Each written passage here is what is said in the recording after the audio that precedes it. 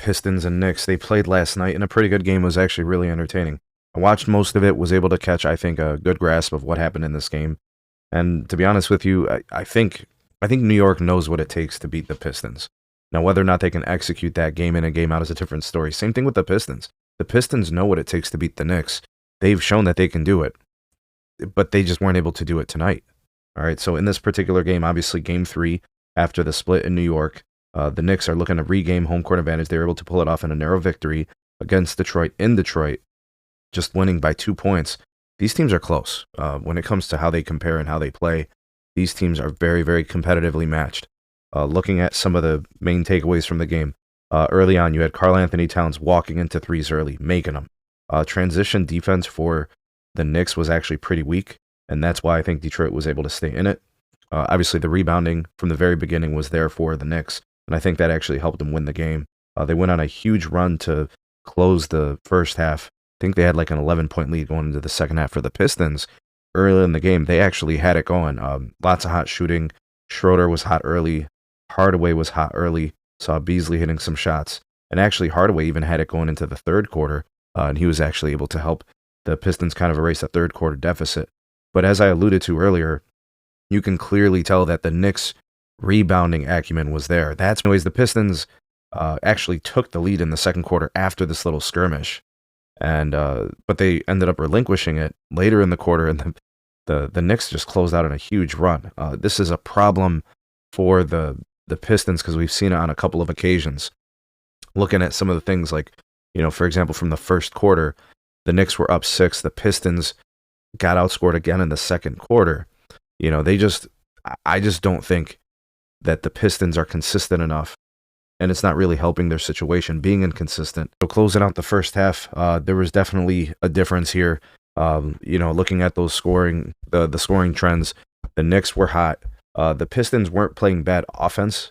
You're scoring 27 and 26 points a quarter. That's not bad, but you're giving up 33 to the Knicks. That's you're just making your life hard to have to come back from that, operating at a deficit. In fact, even in the third quarter, when the Pistons did play a little bit better defense, still not really able to cut into the lead that much, right? Now in the fourth quarter is a different story. I think the Pistons did a pretty nice job of playing some good defense. But then Karl Anthony Towns and Jalen Brunson just got hot, and they were just like almost unstoppable. A very, very difficult matchup, I think, for any team. Those two guys are really, really incredible players. So the Knicks kind of regained control in the second half, with respect to towards the end of the game. The main players for the Knicks, I think, were the difference maker. So Brunson and Towns really coming through in the fourth quarter.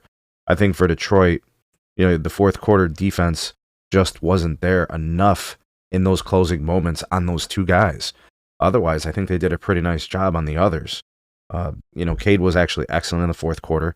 They just ran out of time. So we're kind of seeing this trend game in and game out. You're seeing stretches where the Pistons are playing great, and then you're seeing a few minutes at a time where the Knicks are not only erasing deficits and leads, but they're creating their own. We're talking about like 15 and 20-point runs where the Pistons just go on these long droughts, and then it takes them so long to kind of put an end to those things, and the Knicks just go roughshod all over the place.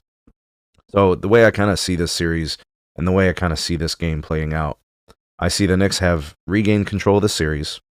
A win in Detroit is huge for them.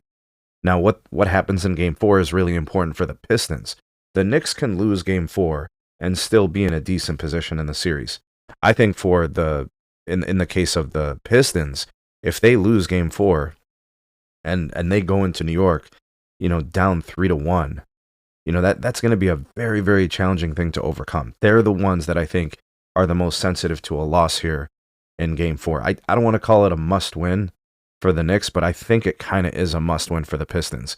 Because you lose Game 4 in Detroit, how are you going to win 3 in a row with 2 of those games being in New York, right? Game 7 would be in New York. Game 5 would be in New York. So I'm going to go ahead and call this a must-win game for the Pistons.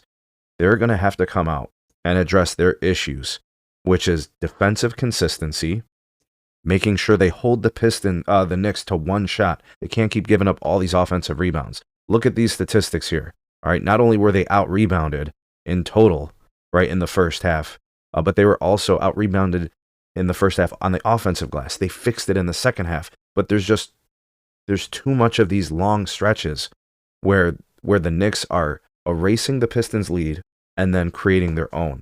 The turnovers probably win this game. I mean, they're definitely in a better position to win this game because this was a one-possession game in a game where the Pistons turned the ball over 5 more times. And, respect to the Knicks for playing the defense and forcing them into those turnovers. But I think these are games that the Pistons are going to look back and say, if they lose this series to the Knicks, we could have had a couple of these games. They're just giving up these leads, and it's got to stop because there's going to come a point where it's just too late in these games. It's too late in the series, and the Knicks will move on. They absolutely will. Anyways, tell me what you guys saw. Tell me what you guys think of these outcomes. Let me know your thoughts and opinions on what you think the rest of the series is going to play out, how it's going to end, and who do you like for the next game? It would be Game 4 in Detroit. Let me know. Drop me some comments. Like, share, subscribe. Check out some more videos. We'll see you guys on the next one.